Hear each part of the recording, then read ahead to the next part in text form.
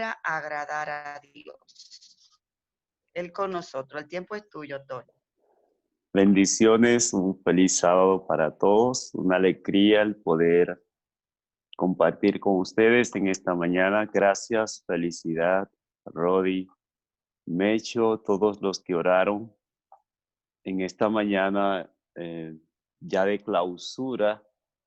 Pues mi corazón está lleno de gozo, de gratitud a Dios por esta maravillosa oportunidad que nos brindó, a la junta directiva del Club de Amigos de Betania por siempre, por la cortesía de invitarme a compartir con ustedes, con todos los de la familia durante estos días.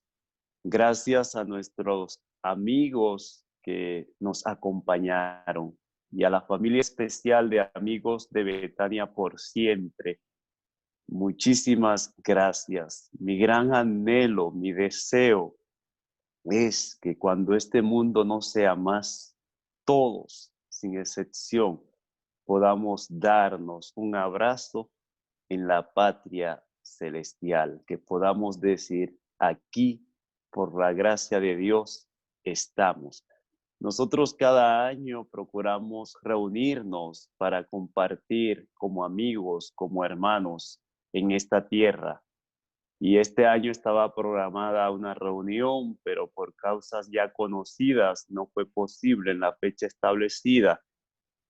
Pero el mayor reencuentro, la mayor reunión, lo más grandioso que sucederá cuando este mundo no sea más, será la reunión que tendremos los amigos de Betania. Y será una reunión en un lugar muy especial. Anoche yo decía que en ese lugar habrá una cena especial. Y tendremos a alguien muy especial sentado a la mesa, quien será quien nos recibirá y nos permitirá disfrutar de ese gozo. Me refiero a la cena en la patria celestial. En esta mañana, mis amados, quisiera, ya concluyendo esta programación, hablarles de un texto que para mí es de vital importancia. Recuerdo que cuando me casé, uno de los regalos que me hizo mi esposa fue una Biblia. Y en esa Biblia, en la portada, estaba grabado este texto que voy a compartirles, que ya fue leído, de San Juan 8:29. Para mí es muy significativo por el mensaje que hay en él. Todos nosotros anhelamos sentir la presencia de Dios.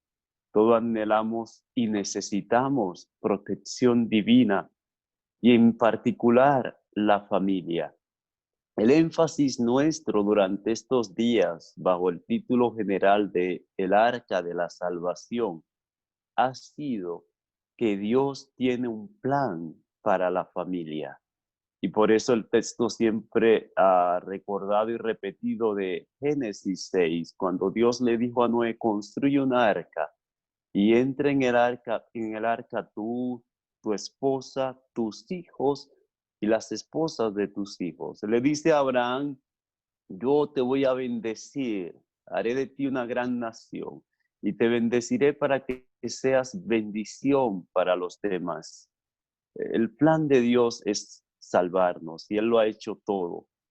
Ahora, en esta mañana, si deseamos realmente contar con la protección divina, con la presencia de Dios, quiero decirte que cuando Jesús estuvo en esta tierra, también la necesitó. Y no solo la necesitó, sino que Él pudo dar testimonio, como dice el texto, de que el Padre siempre estuvo con Él. Y antes de comentar este texto, volvamos a tener una palabra de oración. Padre amado, gracias por la oportunidad que nos has dado durante estos días de reunirnos en tu nombre. Gracias porque a pesar de las circunstancias que nos rodean, tú en tu amor y misericordia nos diste la oportunidad de poder realizar esta programación especial. En esta hora, Padre, necesitamos una vez más tu presencia. Queremos que tu Espíritu Santo esté en nuestro medio y que esta semana que hemos compartido, Padre, no sea una semana más, sino que a partir de ahora nuestra relación contigo sea mucho más estrecha, que cada familia haya recibido la bendición de tu palabra, que cada familia se haya propuesto hacer una renovación, un pacto contigo. Sabemos que estamos en este mundo expuestos a tantos peligros, pero por tu gracia, por tu amor y por tu protección, nosotros hoy, a pesar de esas circunstancias, podemos venir ante ti por los méritos de nuestro amado Salvador, para al presentarnos delante de ti tal como somos, Padre, pedir de ti que obres en nosotros para que nos ayudes a ser como tú quieres que seamos. Sabemos que tu plan es restaurar la familia. Sabemos que tu plan es darnos un mundo mejor. Sabemos que Jesús no solamente vino a nuestro mundo y nos dio testimonio de que es posible vivir para ti, sino que Él pagó la deuda que teníamos por su muerte en la cruz.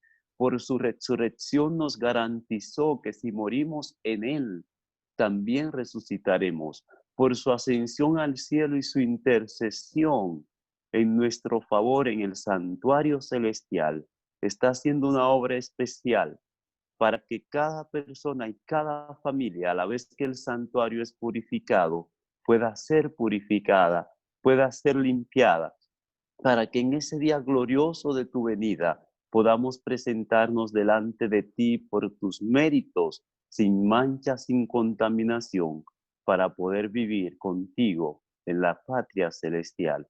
En esta hora, Padre, al abrir el texto sagrado, que cada corazón pueda estar abierto para recibirla. En el nombre de Jesús. Amén.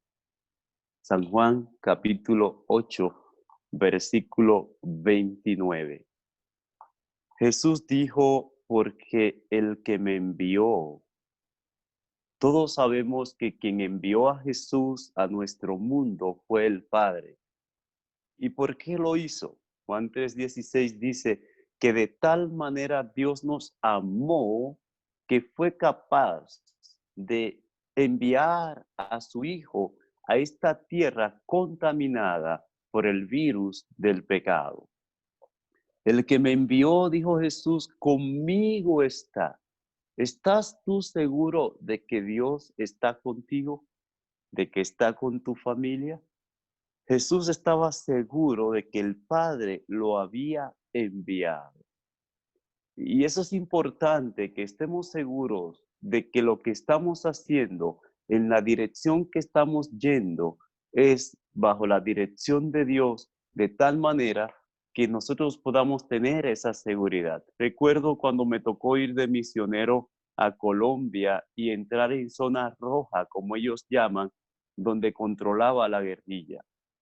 Una de las cosas que siempre me advertían era cuidado porque si va y por alguna razón lo secuestran o tiene alguna situación complicada de estar en zona tan peligrosa. Y ahí había algo que a mí me daba tranquilidad y paz.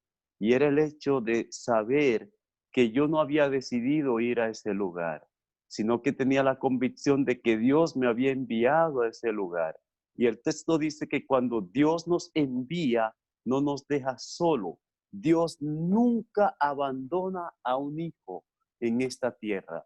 Pero tristemente muchos abandonamos a Dios. Muchos nos alejamos de Dios. Pero Dios nunca nos envía y nos deja solos.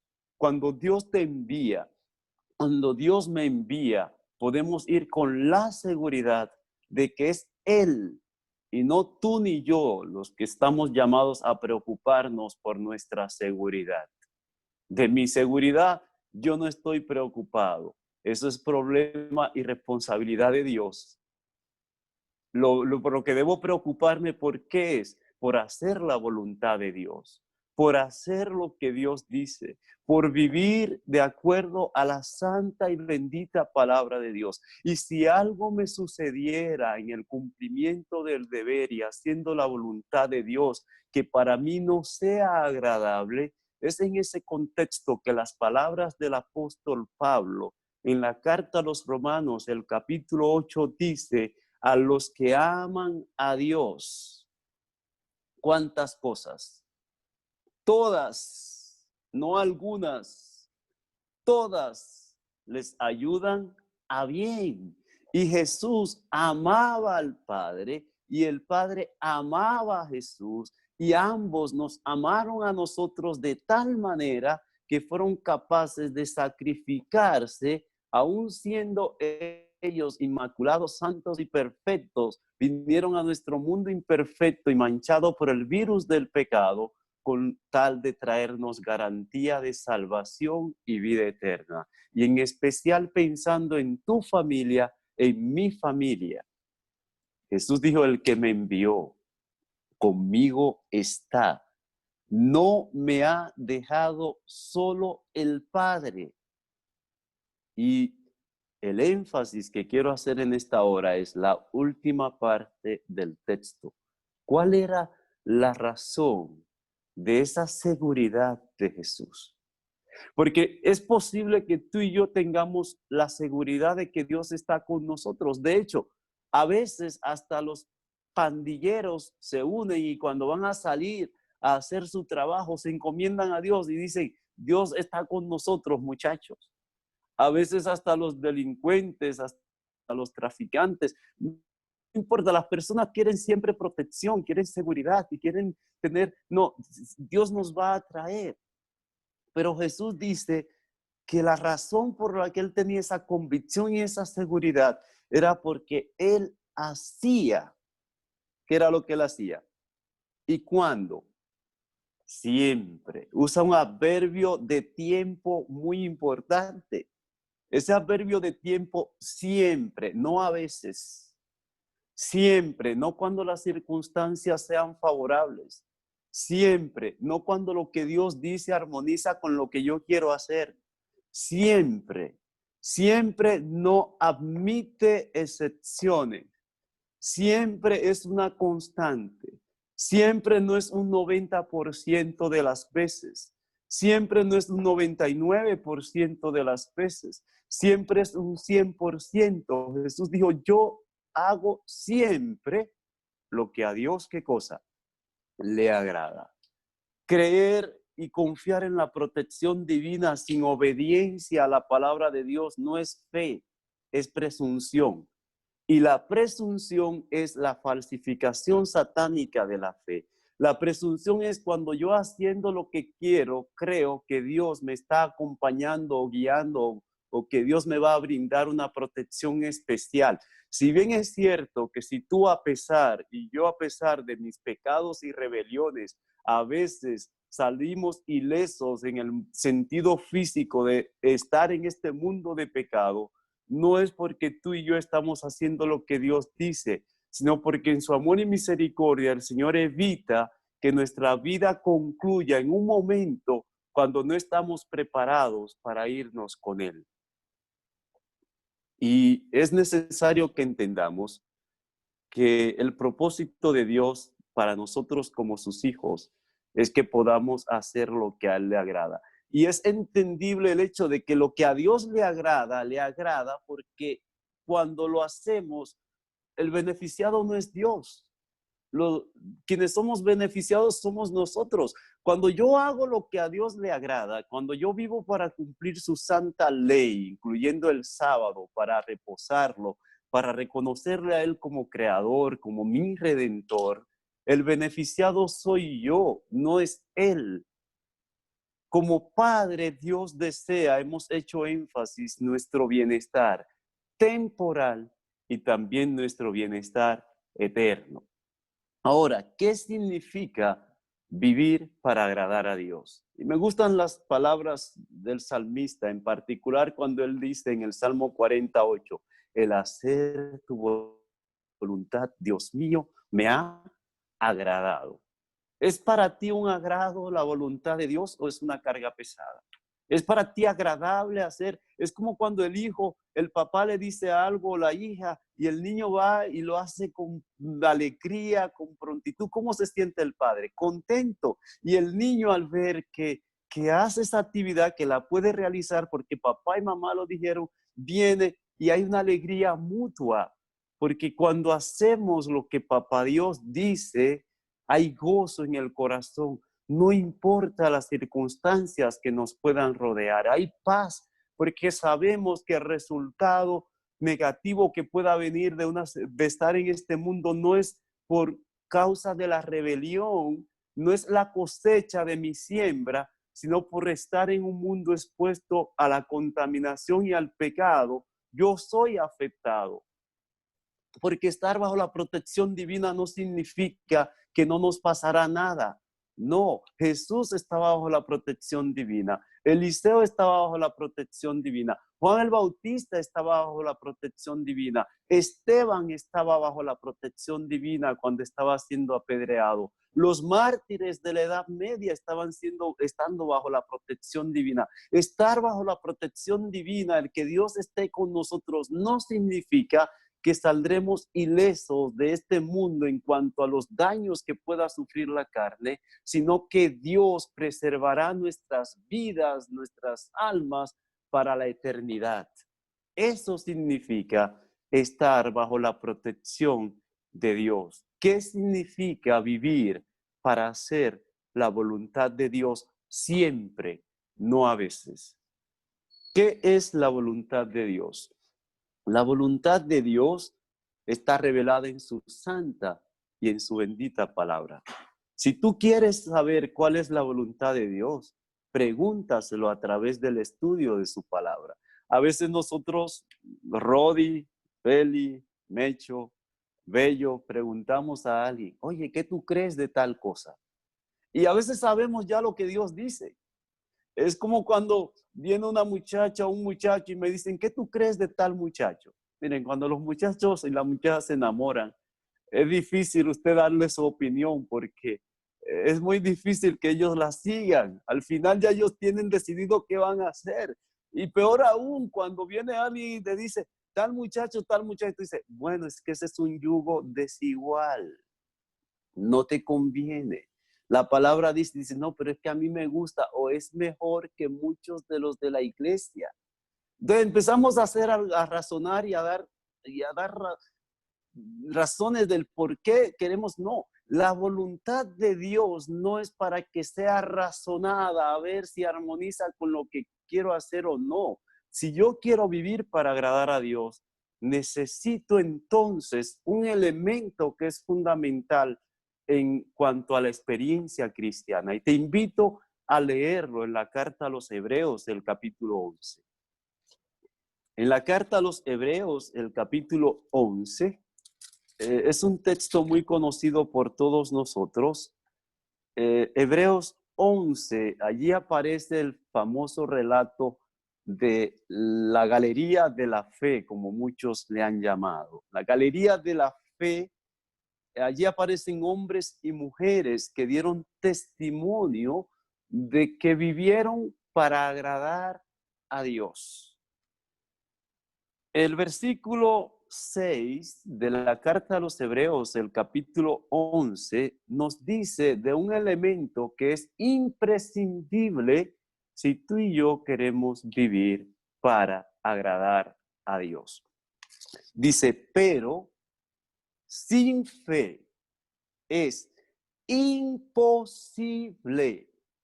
Escuchen bien, aquí no está diciendo el texto que sin fe es difícil. Hay una diferencia entre lo que es difícil y lo que es imposible. Lo difícil con esfuerzo, con disciplina, con dedicación, con determinación, con entrega, se puede lograr. Lo difícil. Pero lo imposible no pierda su tiempo.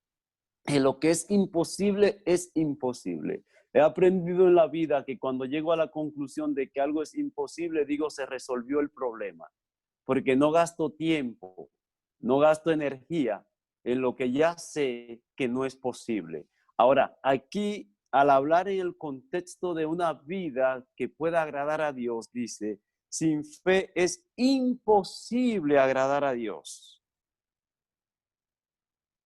¿Por qué?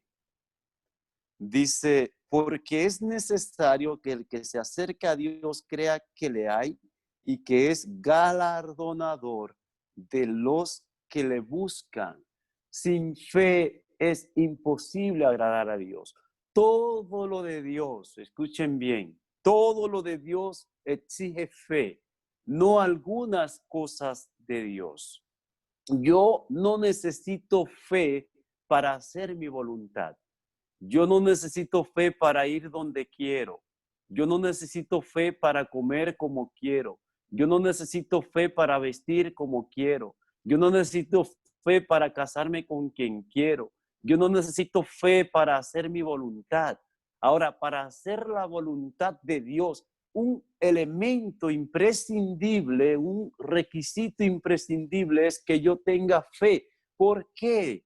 Porque todo lo de Dios, lo voy a repetir, no algunas cosas de Dios, todo lo de Dios exige fe, hasta las cosas que tú consideres más grandiosa y extraordinaria y que sean un privilegio para el ser humano, necesitan fe. Te pongo un ejemplo, la misma encarnación y humanidad de Cristo fue un elemento que requirió de mucha fe para la persona que fue elegida para llevar en su vientre a aquel niño que cuando creciera iba a ser nuestro Salvador.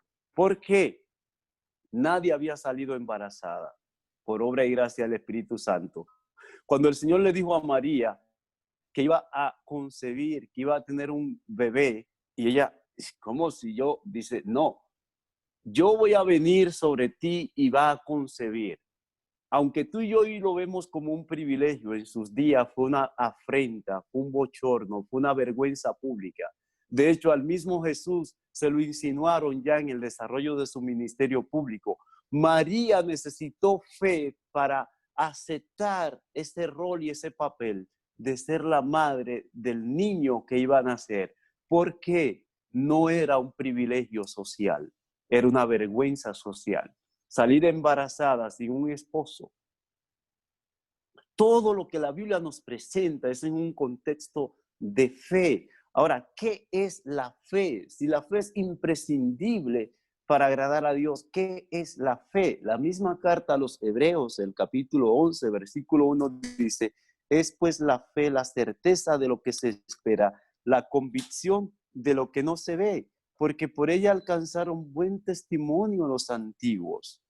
Versículo 3, por la fe entendemos haber sido constituido el universo por la palabra de Dios. De modo que lo que se ve fue hecho de lo que no se veía. Me gusta el versículo 5. El versículo 5 dice, por la fe Enoc fue traspuesto para no ver muerte. Interesante la experiencia de Enoc. Dice que Enoc fue traspuesto, fue llevado al cielo, no gustó la muerte primera, física, que nosotros estamos expuestos a ella por vivir en este mundo. Y dice que Enoc no fue hallado porque lo traspuso Dios. Pero miren qué dice de la experiencia de Enoc. Y antes que fuese traspuesto, tuvo testimonio de qué? De haber agradado a quién? A Dios. ¿Durante cuánto tiempo? ¿Recordamos la historia? Enoc vivió sobre esta tierra 365 años. A los 65 años tuvo su hijo.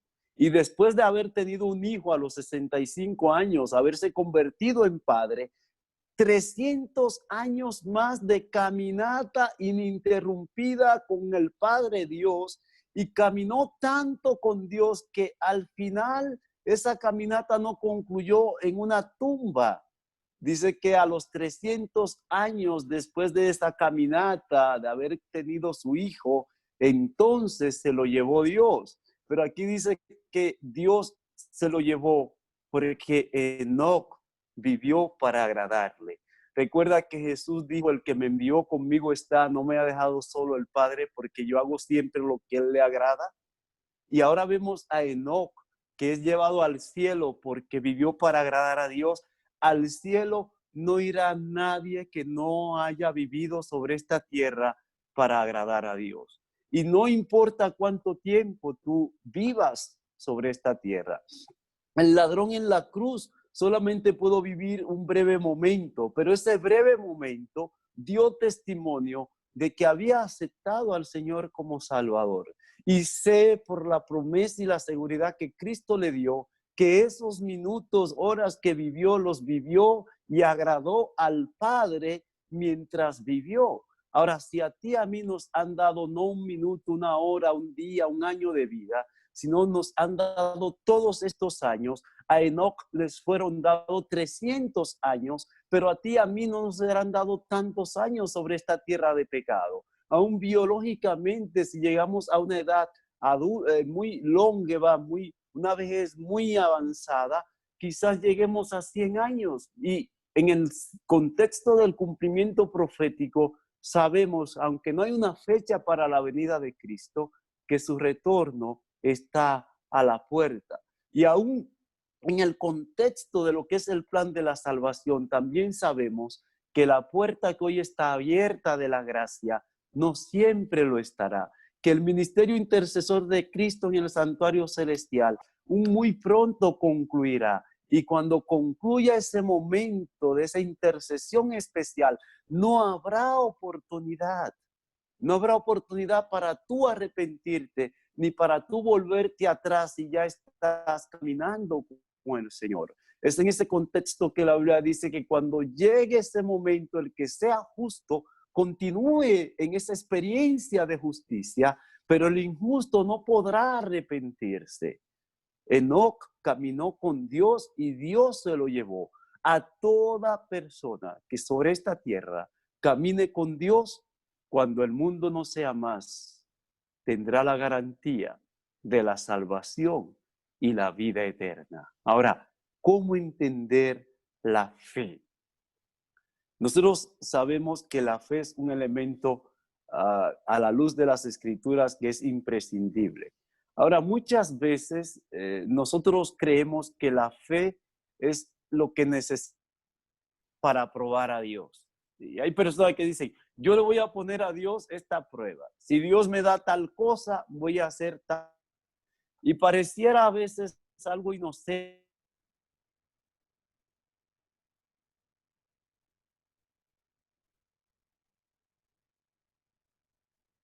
No hay ni un solo personaje que haya probado a Dios. En Hebreos 11, todos los que están fueron probados por Dios, no a la inversa. Y te voy a dar un ejemplo claro, textual, de esta experiencia. Génesis capítulo 22. Génesis capítulo 22, versículo 1. En Génesis 22, capítulo 1, allí hay un relato muy interesante, todos lo conocemos, y es el de Abraham. Abraham es reconocido como el padre de la fe. En Génesis 22, 1 dice, aconteció después de estas cosas que probó. ¿Quién probó a quién? Probó Dios a Abraham. No era Abraham que estaba probando a Dios. Era Dios quien estaba probando a Abraham. La fe no es lo que yo necesito para probar a Dios y creer que Dios hará mi voluntad. La fe es lo que yo necesito para cuando Dios me pruebe, yo poder hacer lo que Él ordena y sentir en mi corazón la paz de la obediencia que solo Cristo puede dar. Probó Dios a Abraham. Ahora, ¿cómo fue que Dios probó a Abraham? Lo probó con lo que para Abraham sobre esta tierra era lo más importante. Después de Dios, para Abraham sobre esta tierra, lo más importante era su familia. Para ti, ¿qué es lo más importante? ¿El trabajo? ¿El producir bienes, dinero para darle a tu familia una estabilidad sobre esta tierra? ¿O lo más importante en el contexto de tu familia es darle un ambiente favorable para que en ese desarrollo y bienestar y círculo familiar Jesús pueda ser el centro de tal manera que cuando este mundo no sea más, tú sientas la alegría y la satisfacción de que tu familia estará salva por la eternidad? Si bien es cierto que como padres estamos llamados a proveer para nuestras familias y nuestros hijos, cuando ya tenemos lo básico, lo necesario para brindarle techo, alimento, educación y abrigo, el Señor espera que a partir de esas bendiciones temporales y materiales, el otro dinero o lo otro que podamos hacer sea para el bienestar de aquellos menos favorecidos y sobre todo que nunca perdamos de vista el objetivo, la familia. Lo más importante es el bienestar familiar. Y esto empieza por lo espiritual y concluye con lo que es secundario. Jesús dijo, buscad primero el reino de Dios y su justicia, y todas las demás cosas serán añadidas. Lo temporal es añadidura y Dios lo ha prometido como bendición. Lo primario es el reino. Así que Dios prueba a Abraham, pero la prueba que Dios le hace a Abraham es muy particular. Noten el versículo 2. Y dijo, toma ahora tu hijo, tu único, Isaac, a quien amas, y vete a tierra de Moriah y ofrécelo en holocausto sobre uno de los montes que yo te diré. ¿Cuántos hijos tenía Abraham? Pues Abraham no tenía un hijo. Abraham tenía dos hijos. Uno se llamaba Ismael y el otro se llamaba Isaac. Si Dios le hubiese dicho a Abraham, dame a tu hijo y no menciona nombre, ¿cuál de los dos creen ustedes que él hubiese buscado para entregarlo en esa obediencia a la palabra de Dios? Pues Dios no le dejó a Abraham alternativa ni la posibilidad de elegir. Dios le dijo, dame a tu hijo. Luego le señala a tu único. No era el único hijo de Abraham, pero era el hijo de la promesa. Y en ese contexto es llamado único. Y le da nombre, porque uno se llamaba Ismael, que era el hijo buscado a través de los medios humanos y no de la promesa. Y el otro Isaac, y le dice Isaac. Y Dios le dice a Abraham lo que Isaac representaba para él. Para no dejarle argumentos a Abraham, le dice a quien tú amas. O sea, Dios sabía el amor profundo que había en el corazón de Abraham para con Isaac. Dios siempre nos probará de una manera muy particular con aquello que para nosotros represente de mayor valor sobre esta tierra. Para Abraham lo más importante era su familia, pero para el joven rico que tuvo el encuentro con Jesús, lo más importante no era la familia, era la plata, era el dinero, era el trabajo. Y por eso Dios, aunque Abraham era más rico que el joven rico, Abraham usa el superlativo, la Biblia dice era riquísimo. O sea, Abraham era un hombre terrateniente, con mucha plata, con muchas ovejas, con muchos siervos. Prácticamente tenía una pequeña nación donde él viviera, un pequeño país. Hasta fue a una guerra con sus esclavos, con sus siervos, y pudo vencer por el poder de Dios, porque Abraham era un pequeño país, una pequeña nación donde estaba. Era un hombre poderoso. El joven rico al lado de Abraham era pobre. Pero Dios no probó al joven rico con lo que probó a Abraham, porque para Abraham lo más importante no eran las ovejas, eran las personas. Abraham era un hombre que en la quietud de la tienda de su casa veía a un forastero desconocido a la distancia, y aunque era un hombre riquísimo, se levantaba de su tienda, iba a su encuentro y le hacía la invitación de venir a su casa para refrescar sus pies, para darle de comer, para brindarle la hospitalidad propia de una familia cristiana. Ese era Abraham. Pero Dios probó a Abraham con su hijo. Dámelo.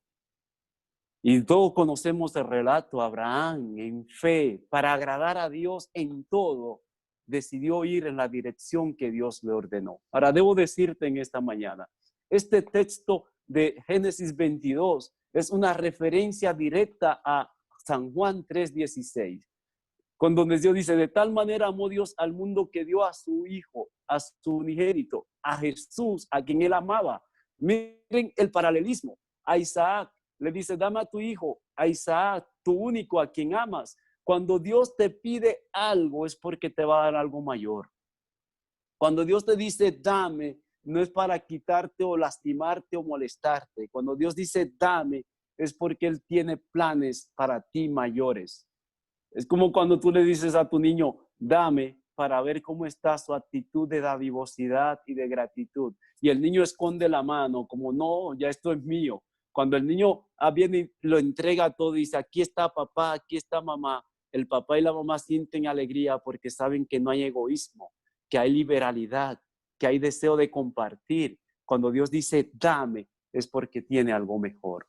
Y quiero que entendamos esto en el contexto de las Escrituras.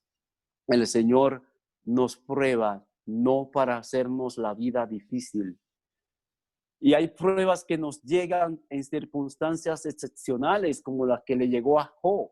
La prueba que Dios le permitió a Job no fue para Dios saber quién era Job, sino porque Satanás creía que la obediencia de Job, que el hacer la voluntad de Dios de parte de Job, era porque había recibido grandes bendiciones temporales, materiales y hasta su familia.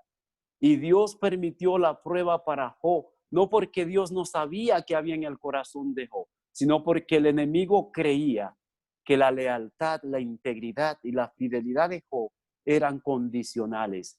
Y Dios le demostró al enemigo que estaba equivocado.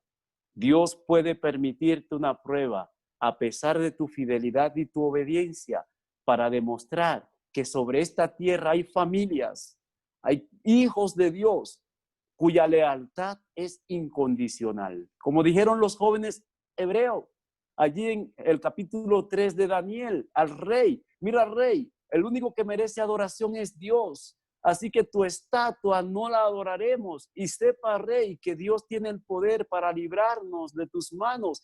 Pero si Dios no nos libra, sepa, oh rey, como quiera, nuestra lealtad, nuestra confianza a Dios es incondicional y no adoraremos tu imagen.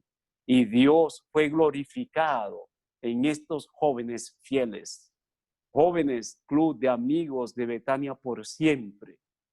El Señor nos pide que tengamos fe en Él, en su palabra. Familias, iglesias que nos escuchan en esta hora, la fe es un elemento no para probar a Dios. La fe es el elemento para cuando Dios te pruebe, para cuando Dios me pruebe, yo no claudique de la fe, yo no niegue la fe, yo no termine haciendo mi voluntad, sino la voluntad de aquel que nos envió. Porque así como Él envió a Jesús y estuvo con Él, nuestra estadía en esta tierra es el resultado de la misericordia, del amor, de la protección de Dios. Y Dios nos tiene sobre la tierra con un propósito. Y no es el propósito de que nos salvemos, porque por su gracia ya estamos en el arca y somos salvos. Ahora, si alguien me está escuchando y no ha entrado al arca, si hay un padre de familia, una madre de familia, un esposo, una esposa, un hijo, alguien que no ha entrado al arca o alguien que entró y tristemente se salió, es el tiempo y el momento de hacer un pacto, de renovar nuestra relación con Dios. Dios nos prueba. Ahora tú dirás, pero ¿y qué de probar a Dios? Pues debo decirte en esta mañana que sí, que tú lo puedes probar. De hecho, Dios nos pide que lo probemos. ¿Quieres saber cómo yo pruebo a Dios? ¿Cómo tú puedes probar a Dios? No pidiéndole cosas. A Dios se le prueba dándole. Malaquías 3:10. ¿Lo has leído este texto? Siempre se lee en un contexto, pero yo en esta mañana quiero leerlo en el contexto de lo que significa vivir para agradar a Dios. Malaquías 3:10 dice: traed todos los diezmos al alfolí y haya alimento en mi casa. Y miren qué dice Dios: probadme ahora en esto. Cuando Dios te pide que lo pruebe, cuando Dios me pide que lo pruebe, no nos hace la invitación a hacerle un pedido a Él, sino que nos pide que le entreguemos algo. La manera de yo probar a Dios es dándole, no pidiéndole. Ah, Señor, pero que mis recursos son pocos. De lo poco que te he dado, tú puedes dar para el reino. De lo poco que te he dado con aquel menesteroso, tú puedes ser solidario. Siempre, mis amigos, mis amados, siempre habrá alguien más necesitado que tú y más necesitado que yo. Siempre habrá alguien más pobre que tú y más pobre que yo. Siempre habrá un menesteroso que el Señor colocará en nuestro camino. Y Dios ha dejado su iglesia sobre esta tierra con un propósito misionero. Y Él dice, pruébame, entregándome lo que por derecho me pertenece. Es a saber, el 10% de todo lo que es mío. El 100% es de Dios. El 90% no es tuyo. El 90% Dios te lo deja a ti, me lo deja a mí para que lo administremos, no con egoísmo, sino con altruismo. Pero el 10% Él dice, tráemelo. Y qué bueno que Dios no dejó una tarifa fija, sino un principio. Porque el 10% de 1.000.000, 100.000. Pero el 10% de 10, 1. Así que a Dios no está mirando la cantidad, está mirando lo cualitativo. Para Dios lo importante no es lo cuantitativo, es lo cualitativo. Y la fe es un elemento que nos introduce en esa experiencia de obediencia incondicional a Dios. Jesús vivió para agradar al Padre siempre. Enoc vivió y agradó al Padre siempre. Tú y yo estamos llamados a una experiencia en fe de obediencia a lo que Dios nos ha dicho. Y lo que Dios nos ha dicho a través de la Biblia, lo que nos ha dicho a través del espíritu de profecía, es palabra de Dios que debe ser obedecida. En estos minutos que me quedan, quisiera invitarte a un relato, a una experiencia de fe extraordinario que aparece en el Antiguo Testamento con un hombre que fue llamado a ejercer el mayor liderazgo que haya ejercido alguien sobre esta tierra. Me refiero a Moisés. En el llamamiento de Dios a Moisés, Dios lo probó de tal manera que Moisés tuvo que ejercer fe. Te invito al capítulo 4 del libro de Éxodo. Éxodo capítulo 4. Los 5 minutos que me quedan quisiera agotarlos a la luz de esto en el contexto de la fe. Hace unos años me tocó de ir de misionero a Venezuela. Y estando de misión en Venezuela, recuerdo que cuando llego a la ciudad de Barquisimeto, allí me recibieron y luego me llevaron a una zona rural. Y en esa zona rural me dieron varios consejos a mi llegada y me hicieron varias advertencias. Y estas advertencias tenían que ver con la flora y la fauna. En mi país, la República Dominicana, en nuestro país, la fauna, la flora es tan benigna, todo tan bueno. No hay nada que represente un peligro. No hay serpientes, no hay felinos que puedan representar una amenaza. Aquí en Estados Unidos, cuando uno va al bosque, tiene que ir con mucha precaución. Recuerdo una ocasión que Rodi me dijo, cuando le hablaba de mi pasión por hacer senderismo, me dijo, tenga cuidado, Tony, que aquí en Estados Unidos hay cosas que son mortales. Sí, en la flora y fauna dominicana todo es benigno. Las culebritas dominicanas son inofensivas. Nosotros tenemos fobia natural por ese reptil, pero es inofensivo. Cuando llego a Venezuela, a esa zona rural, me dicen, aquí hay serpientes. Me dicen, yo le tenía miedo a las culebritas dominicanas, ahora me dicen que hay serpientes. Y me dieron 3 consejos con relación a las serpientes. Me dijeron, lo primero es, procure siempre llevar un bastón, un palo, una vara, un machete o algo, porque si encuentra una serpiente, usted pueda defenderse. Digo, muy bien. Me dieron un segundo consejo, perdón, que fue, procure llevar botas de goma, de caucho, a la altura de las rodillas, porque hay unas serpientes pequeñas y si usted las pisa de manera inadvertida, se van a defender y lo van a morder y usted va a ser una víctima. Digo, muy bien. El tercer consejo que me dieron fue, si por alguna razón usted se encuentra con una serpiente y no lleva ni una vara, ni un machete, nada para defenderse, y ya en ese encuentro es inevitable una confrontación entre usted y la serpiente, procure agarrarla, pero echándole mano por la cabeza.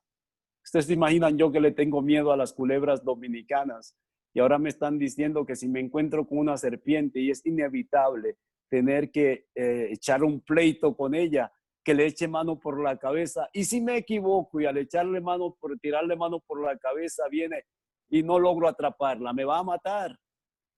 Aquello me dejó reflexivo pensando. Pero esta experiencia me permitió entender lo que es fe en el contexto de Éxodo capítulo 4. Lean conmigo. Entonces Moisés respondió diciendo, he aquí que ellos no me creerán ni oirán mi voz, porque dirán, no te ha aparecido Jehová. Versículo 2. Y Jehová dijo, ¿qué es eso que tienes en tu mano? Y él respondió, una vara. La vara era el instrumento indispensable para un pastor de ovejas.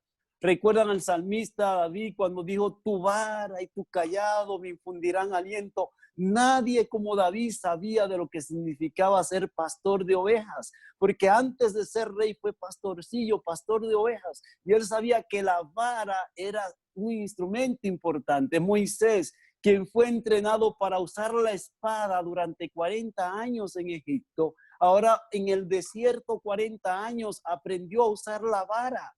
Y la vara era su instrumento de defensa, de protección personal y del rebaño. Y Dios le dice, ¿qué tienes en tu mano? Y él dice, una vara. Y entonces Dios le dice, versículo 3, échala en tierra. Y él la echó en tierra y se convirtió en una culebra. Y Moisés huía de ella. Lo que era su instrumento, su medio de protección, ahora es una amenaza para él. Lo primero que Dios hizo fue desarmarlo. Y al desarmarle y quitarle su vara, que era para protección, esta se convierte en una serpiente. Y no cualquier serpiente, sino una de las más letales del desierto. Moisés las conocía 40 años después, sabía cuáles eran las más letales. Y Dios permite esa circunstancia para probar a Moisés. En el versículo 4, entonces dijo Jehová a Moisés, extiende tu mano y tómala. ¿Por dónde? ¿Por dónde debía tomarla? La lógica dice que debo tomarla por la cabeza. La razón dice que debo tomarla por la cabeza. La metodología científica dice que debo tomarla por la cabeza. La sabiduría humana dice que es por la cabeza. Pero Dios está dando una orden contrario a la lógica y contraria a la razón. Una orden que requería de fe para poderla obedecer. Extiende tu mano y tómala por la cola. Tómala por el lugar equivocado, pero yo te estoy dando la orden. Y Moisés extendió su mano y la tomó y se volvió vara en su mano. ¿Qué quiero decirte en esta mañana, apreciado hermano, amigo, familia, iglesia que me escucha? Lo que quiero decirte es que las órdenes divinas no son para razonarlas. Si tú las razonas, si yo las razono, terminaremos haciendo nuestra propia voluntad y no agradaremos a Dios. Las órdenes divinas son para obedecerlas y sin fe es imposible obedecer. Sin fe es imposible agradar a Dios. Lo que tú y yo necesitamos no es más plata. Lo que tú y yo necesitamos no son más oportunidades sobre esta tierra. Lo que tú y yo necesitamos es aprovechar la oportunidad que Dios nos está brindando hoy y en fe echar mano de la vida eterna. La salvación es una decisión. Es un acto de fe. Si crees, serás salvo, tú y tu casa. Es tiempo de creer en Dios. Es tiempo de creerle a Dios. Es tiempo de echar nuestra suerte con Dios. No es tiempo de estar razonando que si lo que Dios dice es lógico o no, si armoniza con mis planes o no. No, tus planes deben estar subordinados a la voluntad de Dios y no los de Dios a tu voluntad. Mis planes, mi propósito de vida deben estar subordinados a lo que Dios diga y no Dios a lo que yo quiero hacer. Dios desea tu bienestar y mi bienestar temporal y eterno. Y nos ha dado la oportunidad hoy de poder hacer un pacto especial con Él. Pero ese pacto exige fe. Amadas familias, grupo de este club especial de amigos de Betania por siempre. Es fe lo que necesitamos para hacer la entrega. Si tú estás en el valle de la indecisión, si necesitas renovar tu pacto con Dios a través del bautismo, si necesitas hacer una entrega al Señor, si nunca has hecho un pacto con Él, este es el momento, pero necesitas fe. No pienses en qué va a suceder si no trabajas el sábado. Si tú por ser fiel a Dios y el sábado pierdes tu trabajo, Dios te dará uno mejor. Dios nunca abandona a sus hijos cuando sus hijos toman una decisión en fe por Él. No quiero decirte en esta mañana que no vendrán pruebas y dificultades si eres fiel a Dios. Si eres fiel, vendrán las pruebas, vendrán las dificultades, pero no condicionemos nuestra obediencia a Dios por la circunstancia que nos rodean o esperando que suceda algo para la entrega. El Señor te dice y me dice hoy, venid a mí trabajados y cargados como estáis. Ven a mí como estás, que soy yo quien te haré descansar. Busca primero mi reino y yo voy a añadir todo lo que tú necesites sobre esta tierra. Y cuando el mundo no sea más, te daré un lugar conmigo en la patria celestial. Ese es el llamado de Dios. Ese es el amor de Dios. Eso es lo que Dios quiere para ti y para mí sobre esta tierra. Que el Señor nos bendiga. Oremos. Padre amado, gracias por esta semana que nos diste. Gracias porque Jesús vino a esta tierra y vivió de tal manera que te agradó en todo. Nos dio ejemplo de cómo vivir. Oh Padre, en esta mañana no te pedimos que aumentes nuestros ingresos económicos. En esta hora te pedimos que aumentes nuestra fe. Danos la fe, aún como un grano de mostaza pequeña, pero que sea capaz de mover cualquier dificultad o obstáculo que impida en nosotros una entrega total. Oh Padre, tú conoces cuáles son nuestras necesidades materiales, conoces cuáles son nuestras necesidades familiares. Tú estás como Padre atento a nosotros y quieres nuestro bienestar, pero necesitamos fe para creerte, fe para obedecerte, fe para entregarnos de una vez y por todas a ti, Padre. Tú nos has dado suficiente evidencia de tu amor. Oh Padre, que podamos, este grupo especial de Betania, responder a ese amor. En esta hora, Padre, hay que seguirla toda. sé con cada familia, sé con cada iglesia, con cada persona que está en este momento conectada. Perdónanos, Padre, nuestras faltas y pecados. Gracias porque la puerta de la salvación del arca está abierta. Gracias porque tú llamas a la puerta, porque estás tocando a través del Espíritu Santo de tu palabra a nuestros corazones. Ayúdanos en fe a abrir la puerta para que tú puedas entrar a nuestra familia, a nuestros corazones, y cuando este mundo no sea más, tengamos garantía de vida eterna. Bendice el grupo especial de Betania. Ayúdanos, Padre. Tú conoces la necesidad de cada integrante de este grupo y de cada familia. Súplela, Padre, conforme a tu voluntad. Gracias por la oportunidad maravillosa que nos diste. Cuando este mundo no sea más, Padre, nuestro anhelo, mi anhelo, es que todos podamos abrazarnos en la patria celestial. En el nombre de Jesús. Amén.